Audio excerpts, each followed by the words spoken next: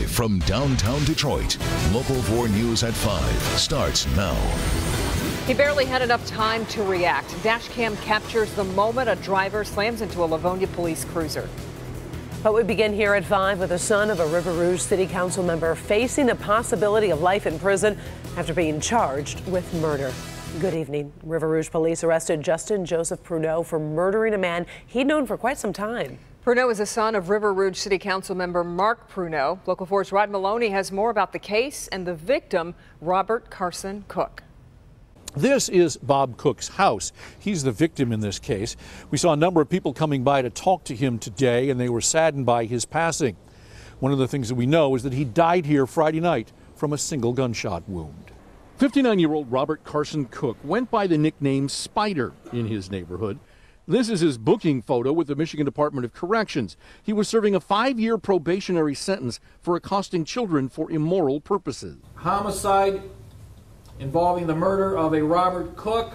This is 34-year-old Justin Joseph Pruneau, whom police say knew Cook well. Pruneau is charged with murder and felony firearms for allegedly shooting Cook inside his house Friday night. Neighbor Mark Landry says he saw Pruneau going into Cook's house with something in a garbage bag and then leave the house around 8 o'clock. We seen him come out, jump on his bike with the rifle under his arm, take off across the field, shoot down the alley, and 5 minutes later, Bob's roommate came out, said, "Bob's been shot. Has anybody seen anything?" Pruneau is the son of River Rouge City Council member Mark Pruneau, and the father and son both live together in this home. There was no one home today at the residence.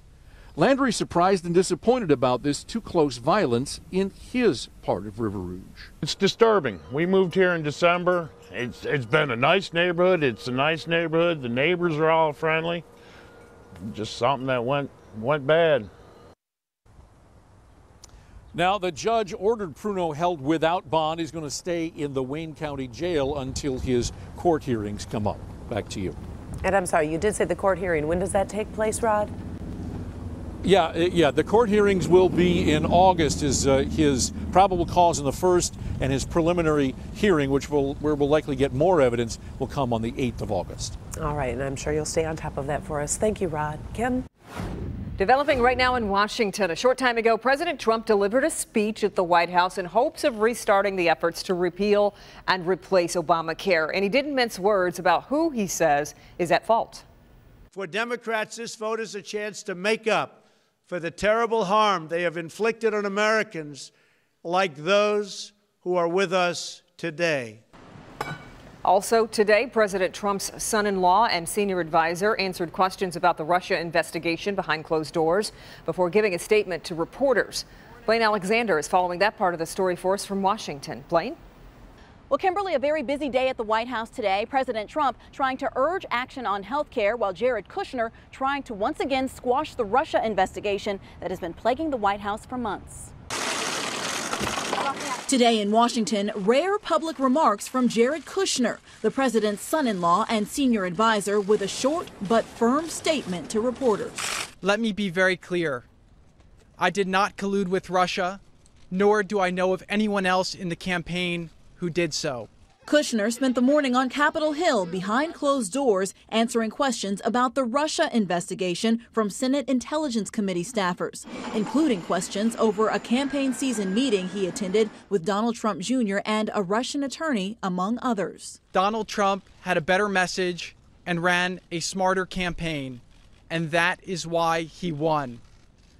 Suggesting otherwise ridicules those who voted for him. The nearly 2-hour session was private, and Kushner was not under oath. And at least one member of the Senate Intelligence Committee says any unclassified parts of that testimony should be made public. The more things that aren't brought into the light of day makes people, paranoid and skeptical about this. Meanwhile, with Senate Republicans scrambling to reach an agreement on health care, President Trump is piling on the pressure. Tweeting this morning, Republicans have a last chance to do the right thing on repeal and replace after years of talking and campaigning on it.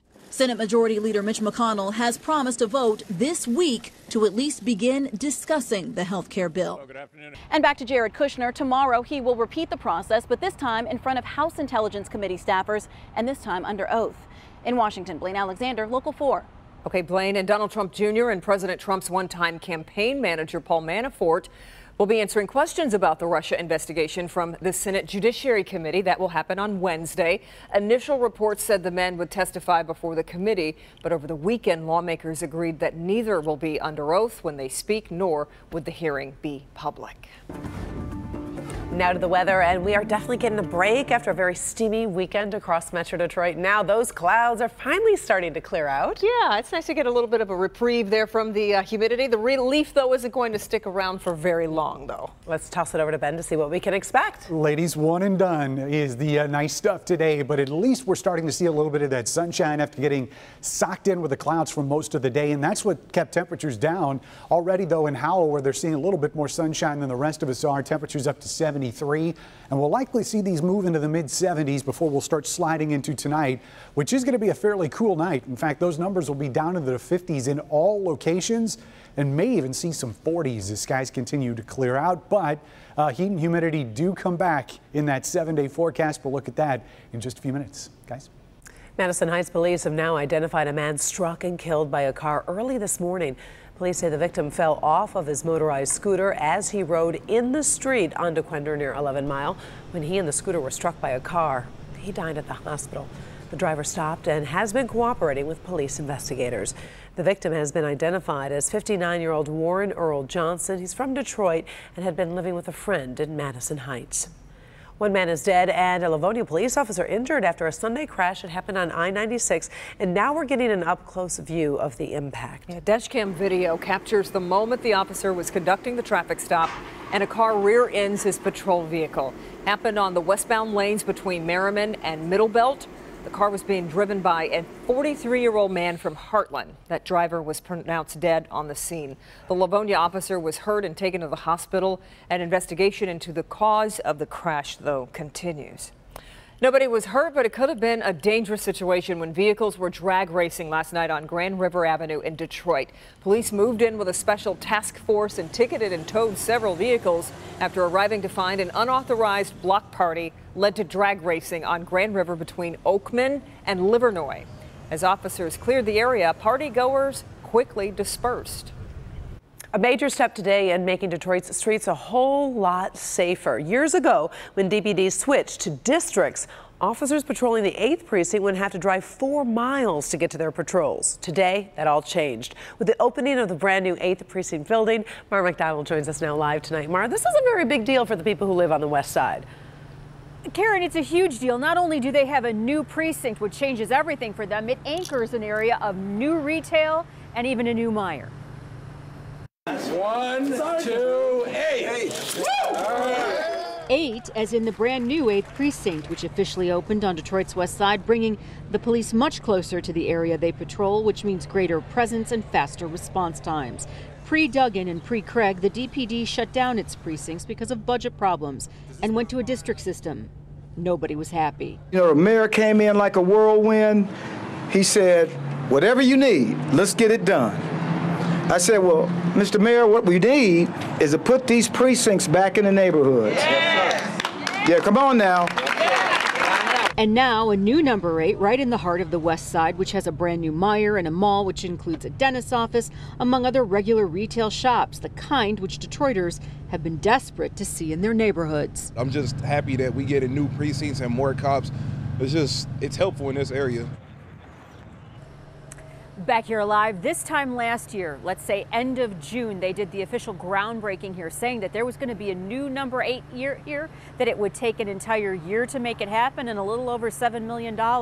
Here we are a year later, and it's open. They're expecting the staff to move in here shortly. We're talking about 126 DPD personnel. Karen Kim, back to you. You know, Mara, this is so important because we always say the spotlight has been shined a lot of times in downtown Detroit, but those neighborhoods are so important so they get that extra safety as well as the extra development. I mean, Karen, it is so true. I mean, when I was talking to Michael Foster, who you just saw, he's like, we finally have a dental clinic here, you know, I mean, something that just wasn't even thought of, and a legitimate grocery store with fresh produce and everything. They are so happy to see this entire retail development, and now the new 8, it's like an anchor. Back to you. Definitely. Great news, and great news for that neighborhood. Thank you, Mara. at 5. Okay, well, we're just getting started here on the news at 5 o'clock. Much more ahead in the next hour of news, including a special day today here in the city of Detroit. Also, this man right here charged in a deadly case of human smuggling. We'll have that coming up. Plus, here's Hank. A big battle between a tenant and a landlord over a life-saving lock. Now we are getting answers and we're coming to the rescue. A new ad campaign in downtown Detroit at the corner of Woodward and Congress got a lot of attention. We'll tell you why and how people are responding. New at 6. A birthday celebration off to a rough start ends even worse. The confrontation with a manager and bouncers caught on cell phone video, and this is only part of the story. Falling fast, car sales are slowing down, and at least one automaker is looking to switch gears. Are they learning from their lessons from 2008 and what it means for the future of the industry? If you were in downtown Detroit this weekend, you might have seen this ad. It was at the corner of Woodward and Congress. Dan Gilbert's property management group Bedrock debuted the ad campaign on the Vinton building with the slogan, "See Detroit like we do." Well, now amid a social media firestorm, the ad has been pulled as Gilbert is saying they got it very wrong. Coco McAvoy spoke with people in Detroit about what they saw in the photo. This is what the ad looked like over the weekend, facing Woodward. But then now it looks like this after being taken down, because anytime something's in downtown Detroit, it's going to get a lot of eyes. And that also comes with differing opinions. Detroit is a bustling city with a diverse community of people, so a single photo can be taken a lot of ways depending on who you talk to. This group thought, "See Detroit like we do. Looks great." Some saw a nice photo of Detroit. I think it's a little uplifting, right? It's definitely, it make you think about music, but it make you think about Motown too. Detroit, definitely, and just all of our musical roots. Excitement, how I want to see Detroit. How I envision Detroit. A mother in Southwest Detroit pointed out, it has the Mexican style. The guy there, like, it has a mariachi. But some others saw a different message entirely. I don't really see any people of color in the picture. That would probably be my only issue. A few people took to social media to question the Bedrock ad, and Dan Gilbert responded in depth with a statement that started off saying, "We screwed up badly."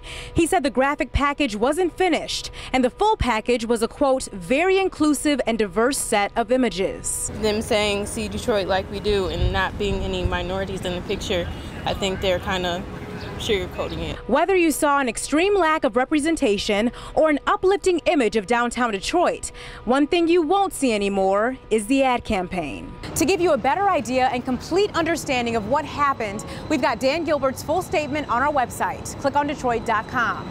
In downtown Detroit, I'm Coco McAvoy, Local 4. All right, Coco. And Gilbert released a photo of what the completed installation on the Vinton building would have looked like, and this is the photo of it here. Still, he says the campaign has been pulled. AAA Michigan has confirmed what most Michigan drivers already know. The price of gasoline is rising again. Yeah, AAA says the average price of a gallon of gas today is $2.39 per gallon. That's up 5 cents from prices posted just a week ago.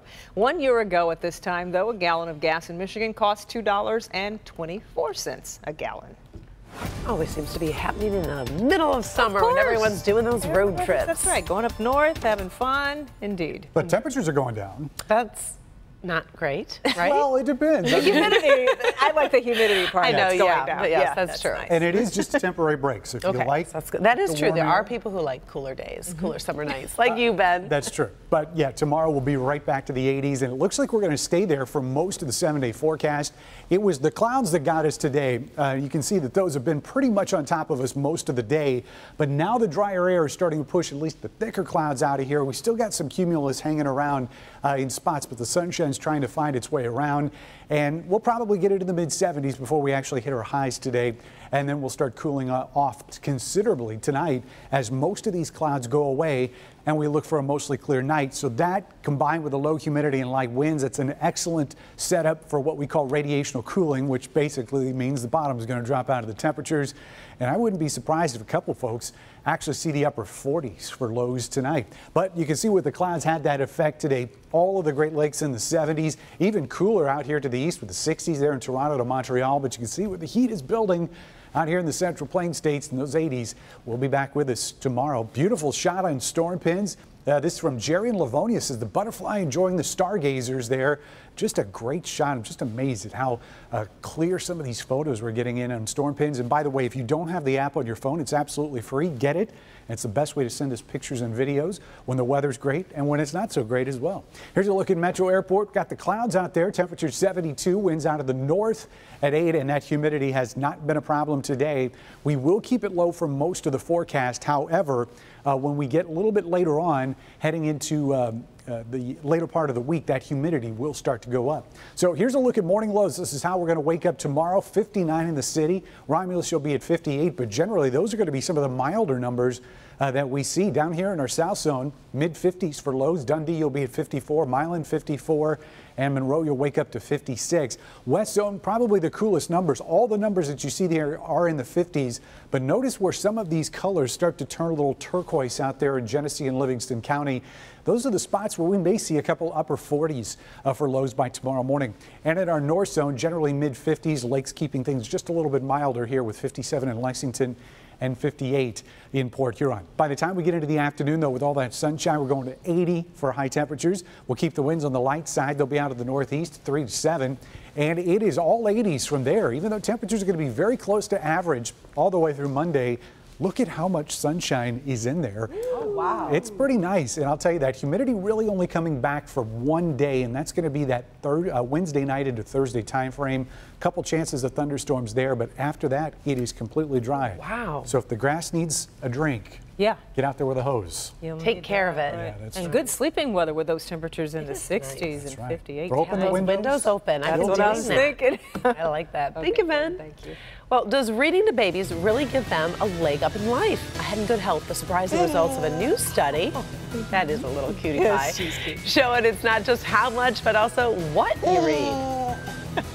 But first, Michigan's Attorney General claims there was a pattern of neglect. What happened inside this veterans facility that's led to nearly a dozen criminal charges? That's next.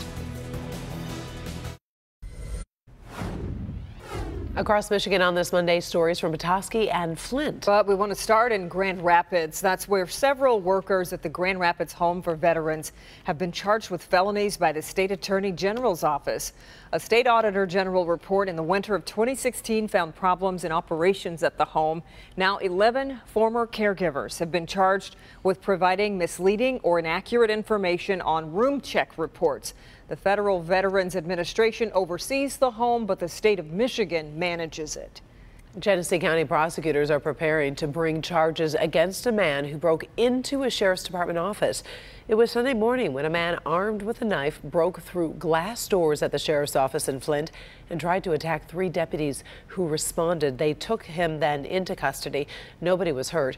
The sheriff says the man has a criminal history going back nearly 20 years. You can often spot seagulls at the Petoskey State Park, but on Sunday, visitors saw a man who was naked chasing after seagulls in the park. He threatened one officer who arrived to arrest him, but was taken into custody without incident. Published reports say the 22-year-old man from Ann Arbor had taken LSD earlier in the day. He now faces several charges, including indecent exposure. All right, it's a big day for the city of Detroit. That's because today the city turns 316 years old, but you'd swear it doesn't look a day over 300. Looking pretty good, aren't we? There are many celebrations going on, and one downtown had some sweet treats for guests. Hudsonville Ice Cream handed out free ice cream at Cadillac Square for the big day. The family-friendly event also featured raffles and lots of activities, even a DJ. One of the raffle prizes included a 1-year supply of Hudsonville ice cream. Now that would be a nice prize. Yes, and apparently they released a new flavor for the event. I think they said they called it Comeback Cooler. So it's like a take on a Boston cooler with Vernors and vanilla ice cream. It sounded delicious. Well, yeah, very Detroitish. Yeah. I liked it. All right, more news coming up. New at 5:30. They were just left there to die. A truck driver charged in a deadly case of human smuggling as gruesome new details come to light. A serial thief caught. What this woman admitted she did to more than 100 grieving families just to decorate her house.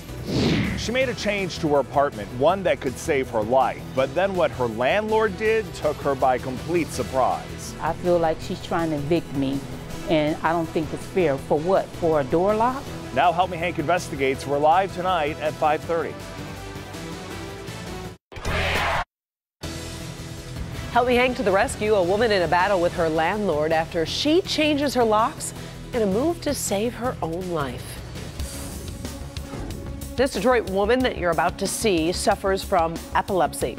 And several times, first responders have had to actually force their way inside because her door was locked. Yeah, well, her doctor suggested she make the change to a voice-activated lock, but what happened next took her by surprise. Our consumer investigator Hank Winchester joins us. And Hank, this woman was concerned she would be evicted.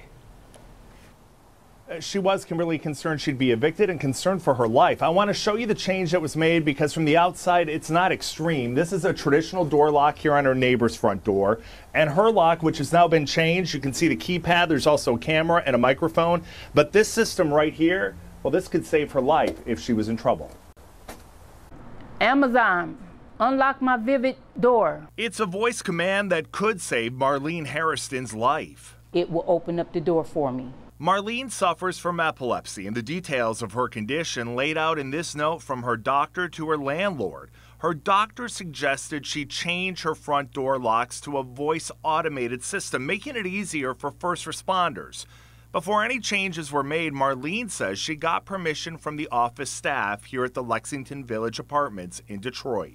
The people in the office said it would be okay. They don't see no problem with it. But days later, this letter, citing a violation of her lease, and Marlene had concerns action was being taken to evict her, just because she made this potentially life-saving change. Someone here in the office gave me the go-ahead, and I did it. So it has been a big mess since then. I went to the office looking for the manager and for answers, but was told the manager was not in. And then we were told to leave. Hello, how are you? We're looking for Stacy. Is there a way that we can try to get a hold of her? Y'all looking for? We're looking for Stacy. She's not here. Just private property. Do you know how? I know one of the residents let us in. Yeah, but it's private property. Y'all can't be here. Forget the manager. I went to the president of the company, KMG Prestige, and this morning I received this email. There is no problem with Ms. Harriston having the voice automated locks as well as the change that was made to her thermostat.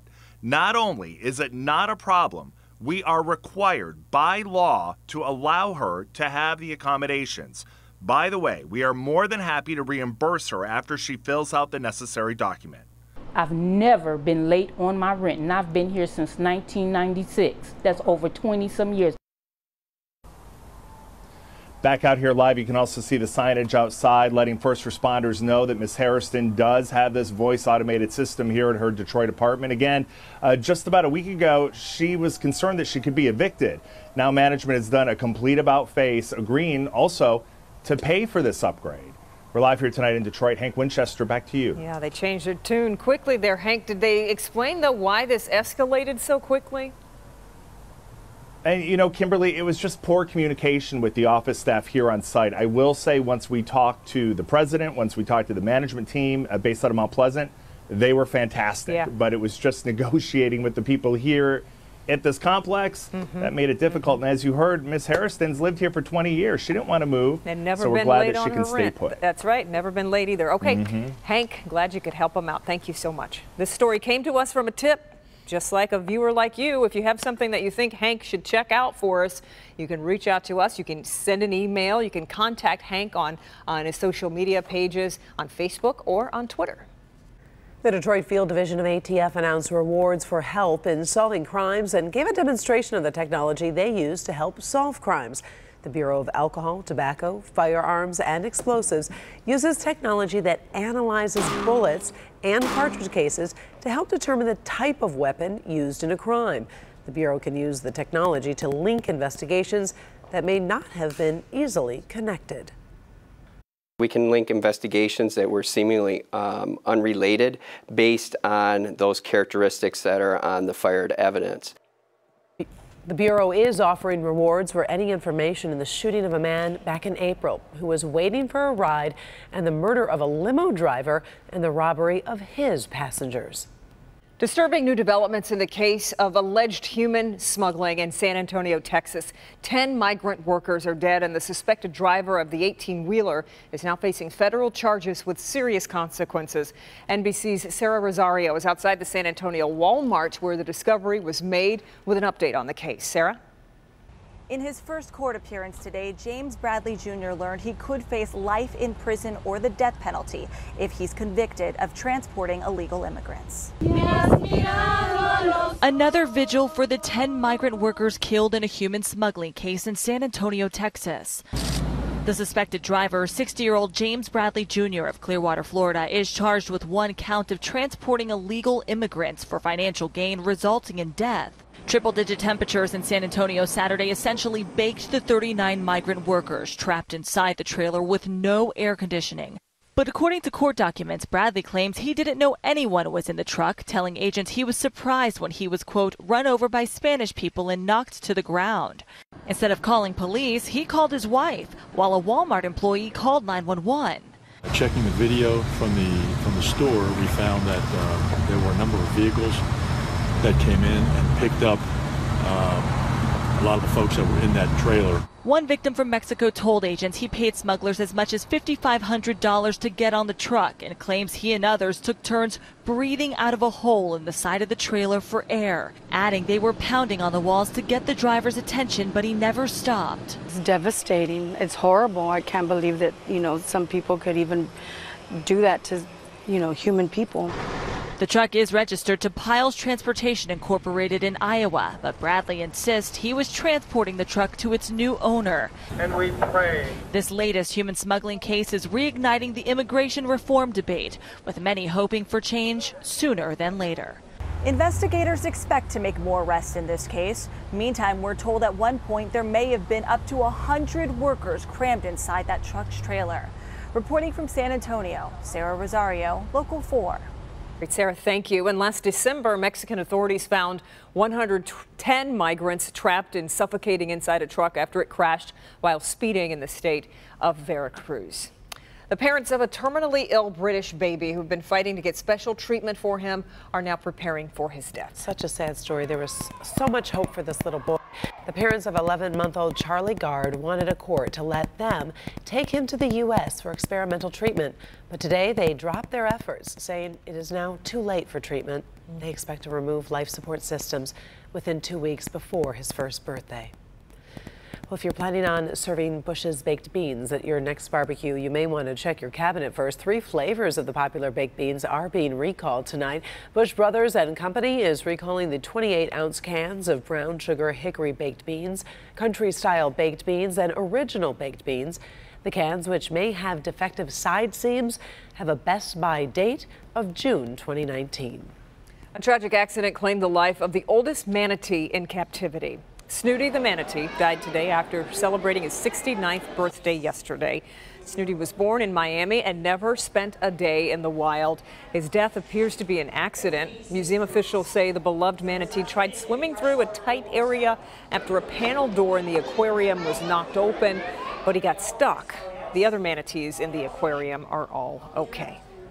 He's an elite athlete, a husband, and a loving father. Which is why this video of Brian Price, former defensive tackle for Tampa Bay, Dallas, and Chicago, is so shocking. Mara McDonald has been working on Price's story. She joins us live with a preview of her special report tonight at 11. Mara? Karen, I'll tell you what, shocking is a good word for that video. Jarring is a good word for that video. But what you see on there and what it looks like on the surface is not what is detailed in this police report. And he's in trouble right now, and down he goes. And that was Brian Price.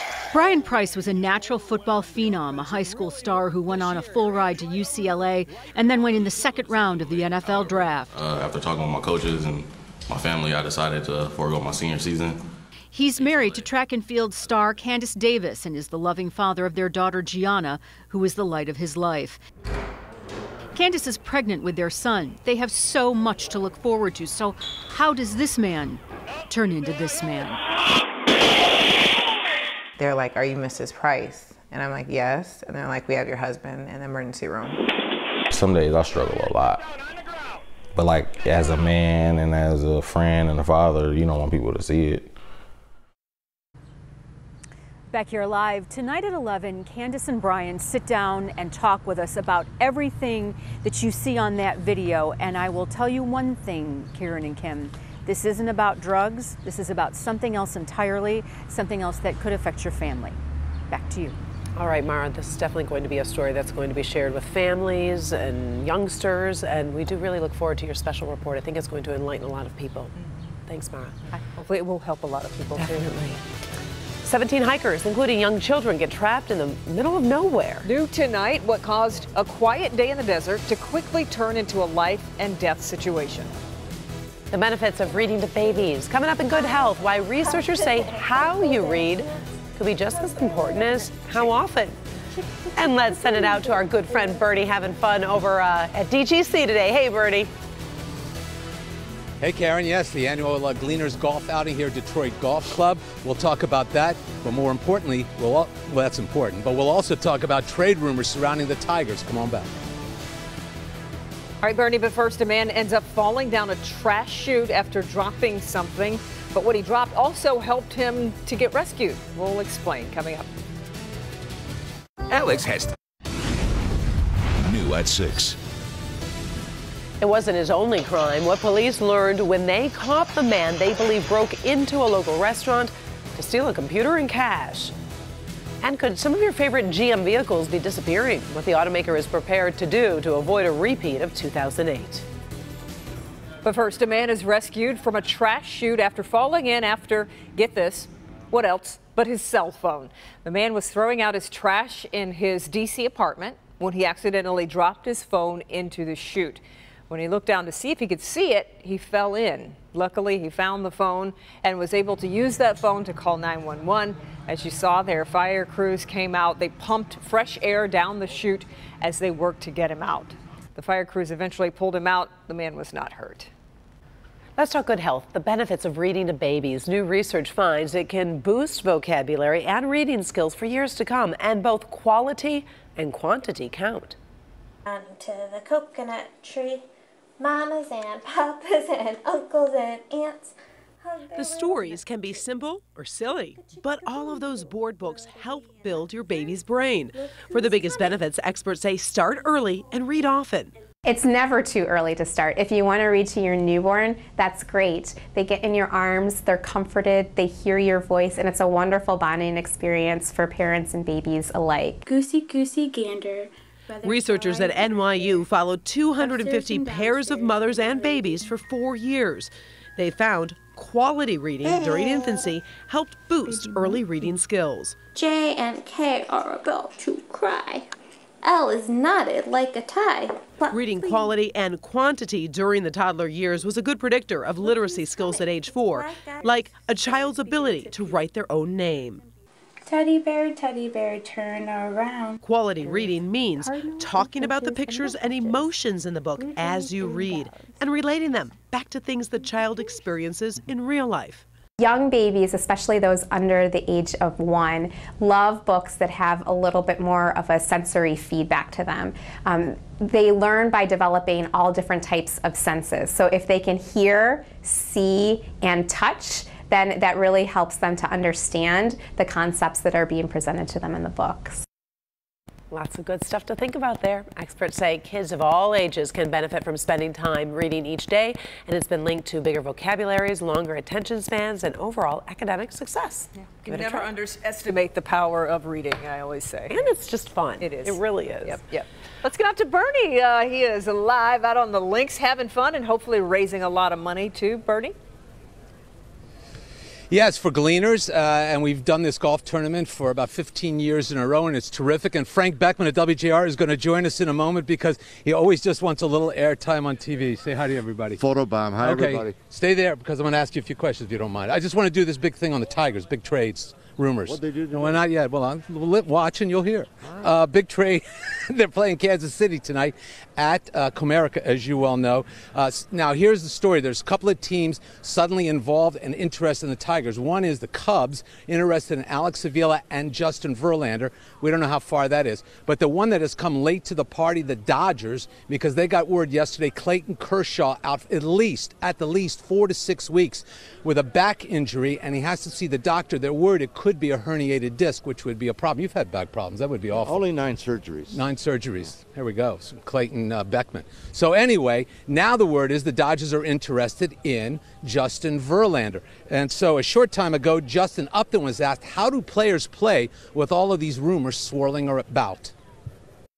Let's do our own thing. We can't do anything until something's done. I mean, if it happens, it happens. But at this point, everybody's here, and we got to play a game tonight.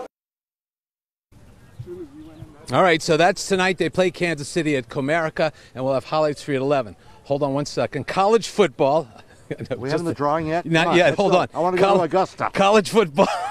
I'll send you to Augusta, all right. College football, Big Ten Media Day. Now, this is a 2-day event. Tomorrow, Michigan and Jim Harbaugh will speak. Today, Michigan State and Mark D'Antonio spoke. And you know all about their off-the-field problems and the issues they've had. Mark D'Antonio says now we'll see who's really behind Michigan State. We're prepared for the next phase of our lives. I think you're always challenged. You're always going to go through challenges. The more turmoil sometimes you have, maybe if you take it in the right vein, maybe the stronger you get as you move forward. And I think we're poised for the next challenge. All right, so there you go. That's Mark D'Antonio talking about Michigan State, their problems being strong. Frank Breckman from WJR, always a big supporter here of Gleaners and the golf tournament. And you've had those tickets because? Because I want to make some money for Gleaners. That's why. Good job. Yeah, except for the raffle for the Augusta trip. Yeah. I'm taking that for myself, okay? So I know you have your own tournament for March of Dimes comes up in August. What's the date of it again? Tell everybody. August 22nd, and then we got another one that we do up north in Charlevoix for Kaylee's Cure. It's for people who suffer from paralysis, especially soldiers. Yeah. Wonderful event. Yeah. Kaylee'sCure.org. KALIS Cure.org. Did you have a good time here today? Had a great time, as always. God love you. It's always great seeing you. No, you do a great job with this, Bernie, and you should be congratulated. All kidding aside, no, really. You're sweet. Great job with this. So do you. Thanks so much. Anya. That's it for Frank Beckman, WJR, tomorrow morning. What time? 9 till noon. Little Rush, we call him. It's a little rush. Little. Always good to see Frank. Exactly, to see his face. Yeah. You know, you're face all the time. Nice to see his face. Okay, thank you guys so much, and continue to have fun out there and raise a lot of money. See ya. Okay, we'll talk to you at 6. The greens, everything looks so nice. And what a great day to Nice golf. blue It's sky. not right. Yeah, you're too not like hot. sweating out there. I would like to say I helped Bernie plan today. You might as well take credit, right? But that was months and years in advance. But man, it was nice out there. Well, there's so many good different golf outings. Obviously, on Monday is the day, and it really wasn't bad weather for him. No, we stayed rain-free. In fact, most of this week is going to be rain-free as well. But let's start out with temperatures because that was the big story today and still is. These are very comfortable numbers because that humidity is low, and it's going to be staying like that through much of this week with one small exception, and we'll look at that coming up. But temperatures now low to mid-70s, and we've got that drier wind out of the north, so that's helping things. It's also helped taking care of a lot of the clouds that are out there. A little tough to see on the infrared satellite, but we're generally losing a lot of that thicker cloud cover that we had for most of the day, so at least some breaks in the clouds starting to move around it. But look at how much of the country is just carved out with dry conditions and temperatures responding too, where we've seen the clouds and the cooler air here in the Great Lakes. It's all 70s, but the heat is just hanging out to our south and west. Mid-80s in Omaha, 90 up in Bismarck right now. We won't hit 90 this week, but we will probably get to the mid-80s a couple times as we get through the next few days. Pollen report looks pretty good, other than a couple weeds that are on the low side. Everything else is not registering, so great news for allergy sufferers. Everything's starting to work together here in southeast Michigan. 58 tonight, clearing skies. Tomorrow we'll get the sunshine back with mostly sunny conditions, and that will help get us to 80, but with that low humidity, it is still going to be incredibly comfortable. In fact, average highs this time of year are in the mid-80s. We're going to stay almost exactly around that mark all the way through the start of next week, and it's that Wednesday, Thursday time frame that we'll see a little bit of a bump in humidity and a chance of thunderstorms. Otherwise, it's going to be very comfortable through the start of next week. let's head out to the water. This is the Yacht Club. It's a Grosse Pointe. Where folks were enjoying everything today. Just not as bright as a lot of folks would like to see, but man, it felt fantastic. You know, if you can have the day off and spend it at the Yacht Club, there's really nothing to complain about. Even if it was raining, I think I'd take that. Exactly. All right, Ben, thank you. A Michigan woman admits she stole hundreds of items to decorate her home. Yes, but it's where she stole them from that makes it even more outrageous. New at 5, how she's left over 100 grieving families heartbroken. But first, there was just no way out. A frantic rescue as flash floods swamped the Arizona desert. That's next. Coming up tomorrow on Local 4 News Today, all the overnight breaking stories that you need to get your day started off informed. Plus, chicken with an attitude, the new spot that's taking a Motor City spin on traditional favorites. It's Tasty Tuesday at 6 a.m. Oh, does that look good? Plus, weather and traffic always on the 4s. Detroit mornings start here from 4:30 to 7 a.m. See you tomorrow morning.